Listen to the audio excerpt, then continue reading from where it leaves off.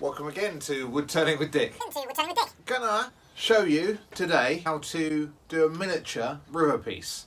You know these river tables you see everywhere with lots of pretty fleck in it or different colours, etc. I'm going to attempt to show you the hows and how not to's of doing a resin piece like that, with lots of things that are excluded from the videos you watch, the exact how to and the pros and cons. So here's my piece of pear that I'm going to use. The bark, reasonable quality on both edges. A couple of little knocks and niches missing. Nice little burr incorporated in this one. Should be quite pretty. Big crack running through it. That crack extenuates along here, finishes out around here. So ideally I want to take that out. This is the straighter edge based on that. Now, looking at our bark, slight angle on here, slight angle there. So that piece of wood directly over that, that's going to create quite a nice little downflowing river. If I measure this up, squaring it with that corner, just to the edge of that crack there, which runs that way, I can cut the crack out.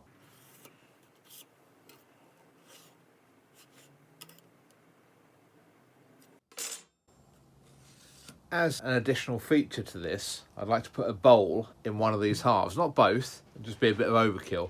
I'm not going to gild it because this piece is actually a present from my sister. She's seen some of the other resin pieces I've done and she said to me, could you do me a small one? Yeah, okay, if I must.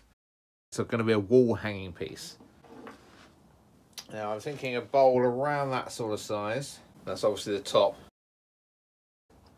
Now if that's going to be the bottom edge of the piece of wood, distance from there to there, allowing for a little bit of room for finishing this outside face. So slightly fatter here, thinner here. Mark where I think my bowl is going to end up. That sort of size, slightly off centre. I need to get this on the table saw, square these ends up first, cut this area out, so I'll be left with two halves. Yeah, watch this space.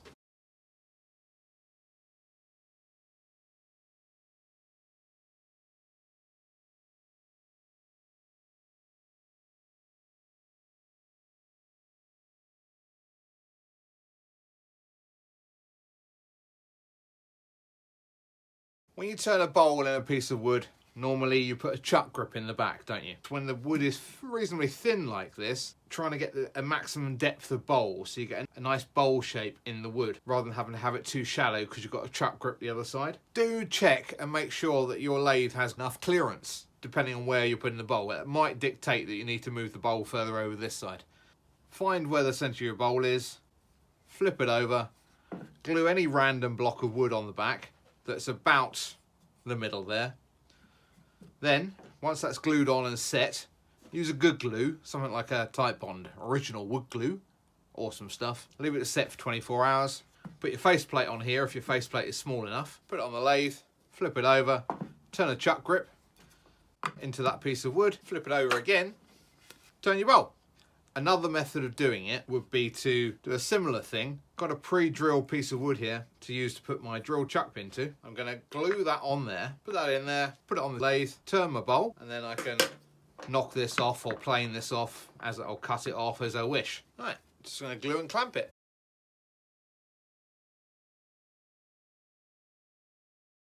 The next thing I need is going to be a cage to catch the resin. Got a nice bit of spare timber laying around that will do the job. It only needs to be very much just slightly higher than the piece you're pouring the resin into. It's to catch the resin, to stop it splurging out the sides.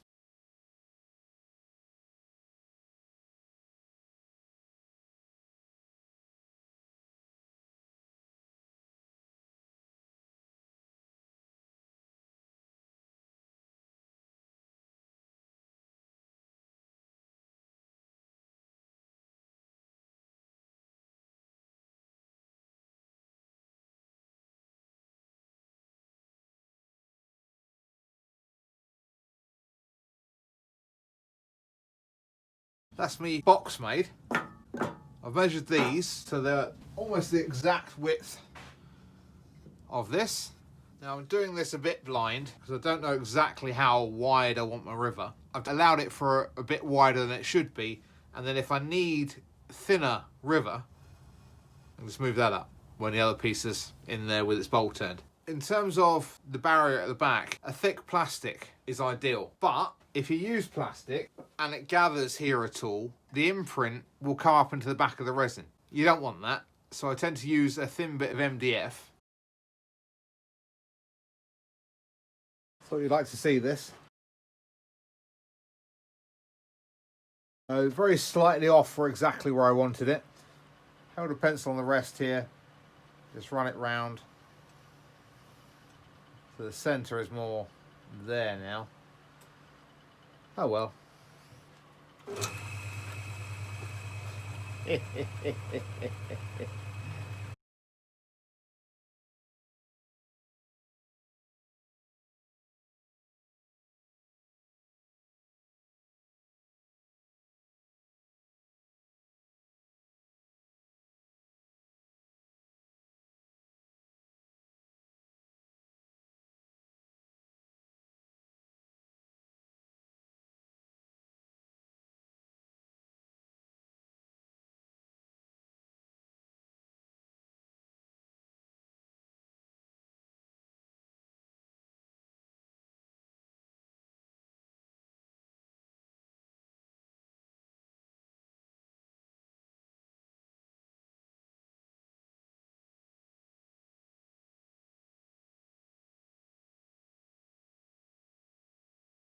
I've lost a few bits of bark with it spinning on the lathe here, and before I lose any more, I do need to seal the bark. I'm going to do that with glue. I'm just going to put enough on there to brush over with a brush. This stops the air bubbles leaking into the resin as it's curing. Got an old toothbrush. Just going to dab it all round in. Try and get a coat over the bark. I haven't finished sanding the inside of the bowl, so it doesn't matter if a little bit of glue goes in there. I think I've got all areas now. The glue's nicely dried, so hopefully I shouldn't lose any more bark. In the spaces where there were blatantly bits missing, I've just put a dab of super glue and laid some dust on it and pushed it down onto, just to darken it up a bit so that it's not so recognisable as the light would when it's under the resin. Sander sealer time.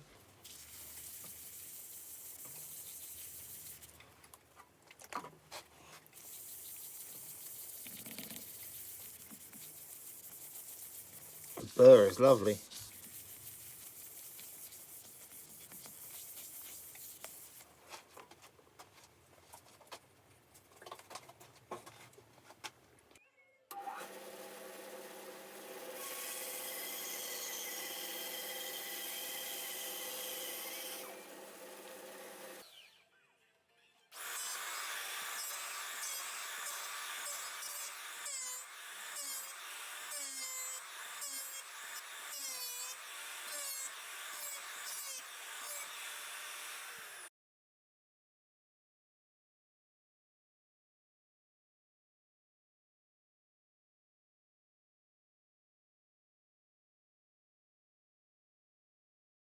Well, there she is, dry fitted together, and you'll notice I've come a little bit outside of where my original estimates, trying to get that river to the size I want it, slightly larger than I predicted.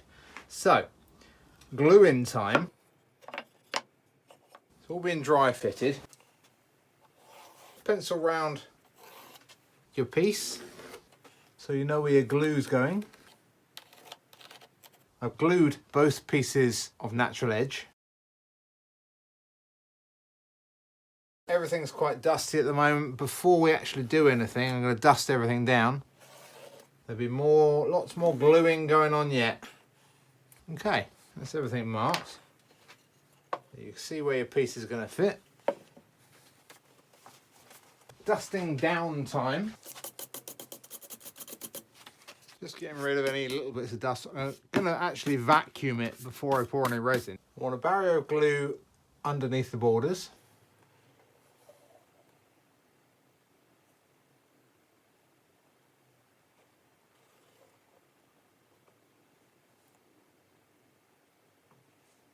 I want a barrier of glue about 1 inch away from the river. Another one for good measure. Same the other side.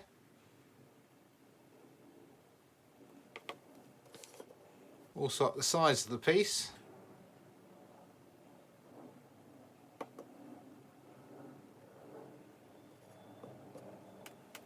It's just logical, really. You don't want your resin escaping.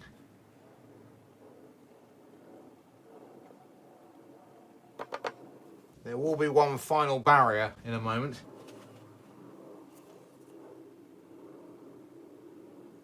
To stop the resin getting out onto any work surfaces or kitchen surfaces like this is going to be on. For me, pieces into place.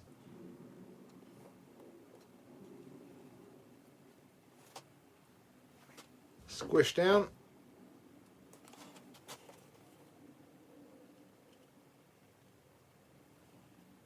Squish down.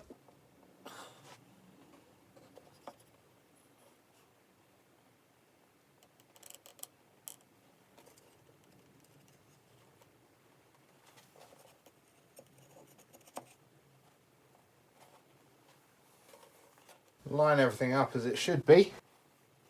Don't worry if you've got a little bit of surplus down in the bottom edges. That glue dries really thin, and you were taking it a millimetre or two off the back and the front anyway. Everything's lined up like I want it, almost. Clamping time. Have your clamps preset, ready to just go straight on. As you do that all during the dry fit.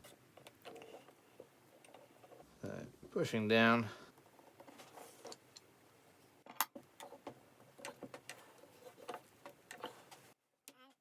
Just use the Irwin clamps on the end here, don't need a massive amount of pressure. Just enough to glue those two pieces into place.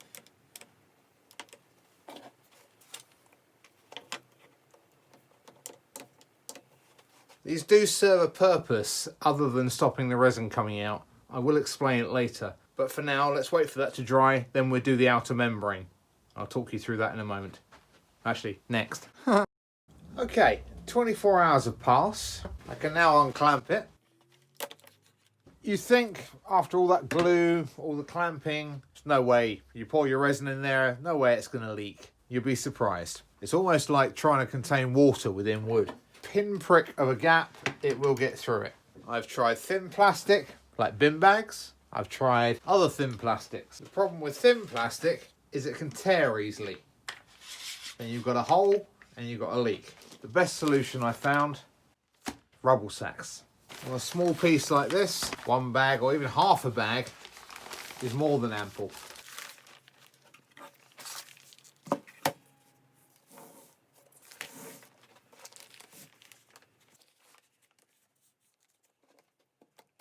Staple gun's perfect for this, not into the piece, obviously just into the frame. That's one of the other purposes that frame serves. And make sure there's no holes in the plastic. You don't want any staples in the side, only on that top surface.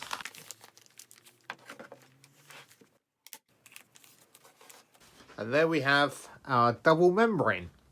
No resin's leaking through that. And actually, given the glue bands, the glue up the sides, really shouldn't get past. And the glue all over the bark, don't forget. One last thing we're going to do, on a little soft brush, a little bit of glue, and we're going to paint the entire inside here. The MDF is a little bit susceptible to penetration by the resin. Poor MDF.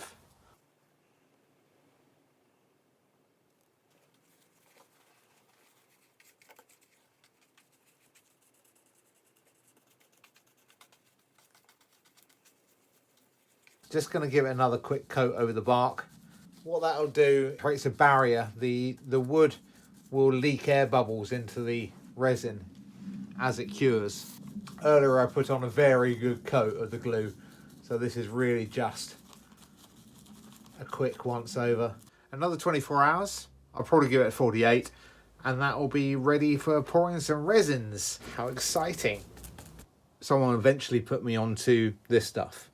Now, buy it directly from these guys. I'll put a link down below, somewhere down there.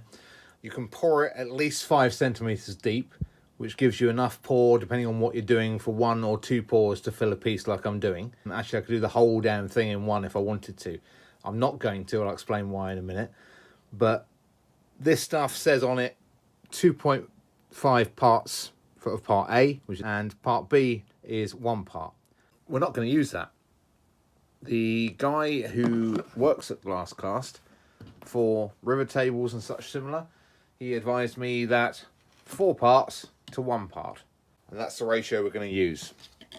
So you need some sort of measuring jug. I got a bunch of these, and you various units on the side. You can do your maths and you can work out. I tend to use this side. Dyes, Chestnut products are pretty good. This stuff, Dynaflow, loads of different colours, but basically any dye of any kind, but you don't need much. I use a hypodermic because I'm diabetic and I have a whole stash of these. So it helps me when I'm filling up a certain quantity in here to put 1 or 2 of these in. Then if I'm using a lot of the same colour to fill a big piece, I can put the exact same quantities in again, so we haven't got a variance in colour. I've got an azure blue. It's a river piece. I'm going to make the bottom this azure dark blue. Let that go off for 3 days. Then the next lot I'm going to use is turquoise to really give you that depth of feel like a riverbed or the sea as you look into the piece. And then the top, the finish, I'm going to do is clear.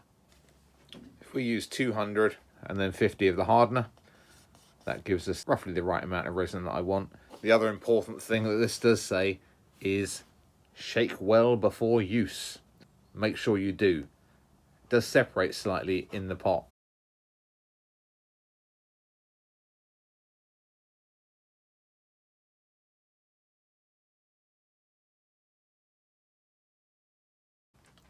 So give it a damn good stir.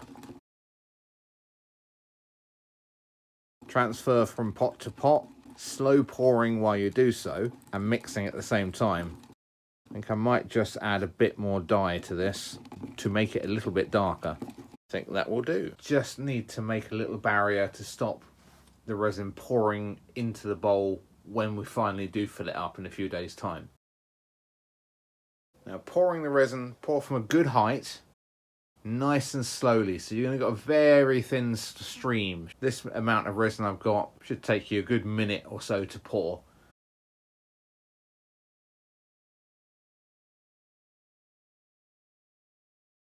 And then put some sort of cover over the top, leave it for 3 days. Turquoise. The last pour filled about 1/3 of the piece. It's slanting up like this, so I'm going to go for the same quantity. Don't forget to shake.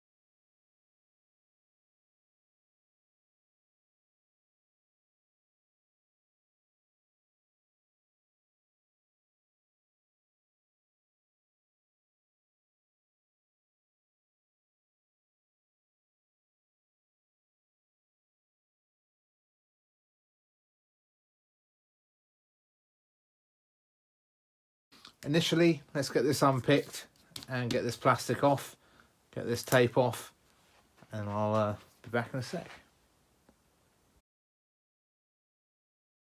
Oh, I'm pleased to report absolutely no leaks. Look at that. No resin on it whatsoever. So the gluing worked. Oh, looks like a bit of a leak of resin around this tape. I'm glad I put it there. Look at that, right to the edge.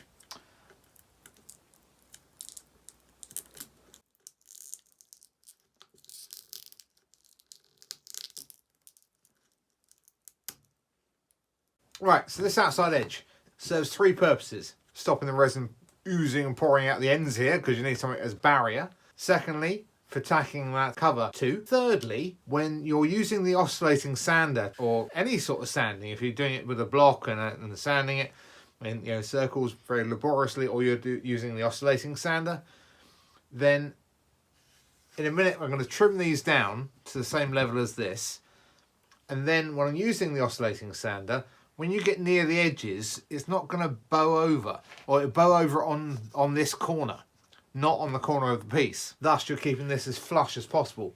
And the last cuts we do, after I finish the back and finish the front, will be to cut these off on the table saw.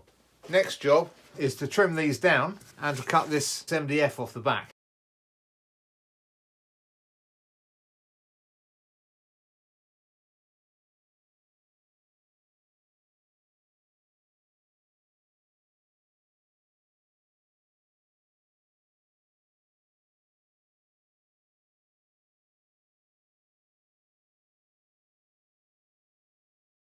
Getting it all nice and level with 120 grit.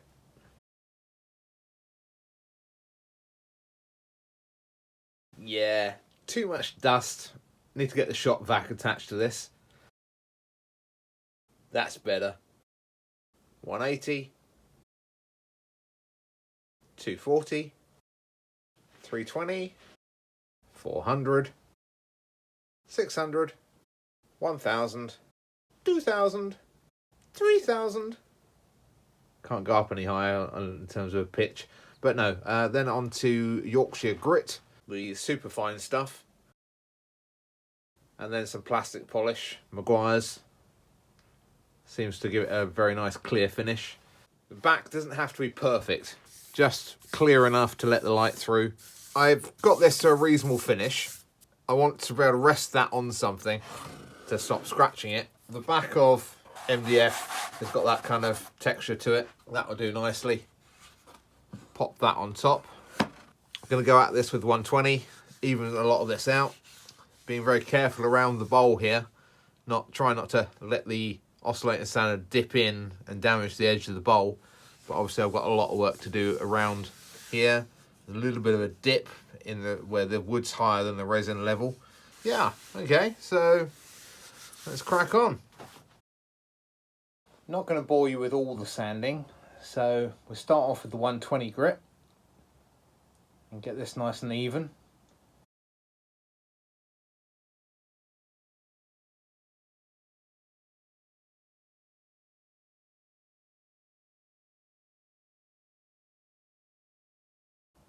Then we'll skip ahead, missing out the grades in between. You see it coming nice and clear now.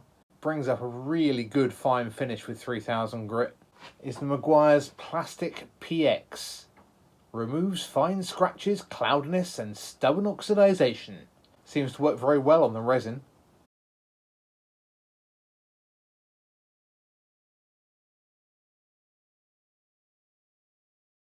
And just a good coat of the microcrystalline wax. You can really see the depth feel I was after. So you've got the dark blue at the bottom, a thin coat of the turquoise over the top of the dark blue, and you can just notice it halfway up the bark, and then the clear that leads down into the dark. That's the idea anyway. I guess I'm going to chop the sides off now.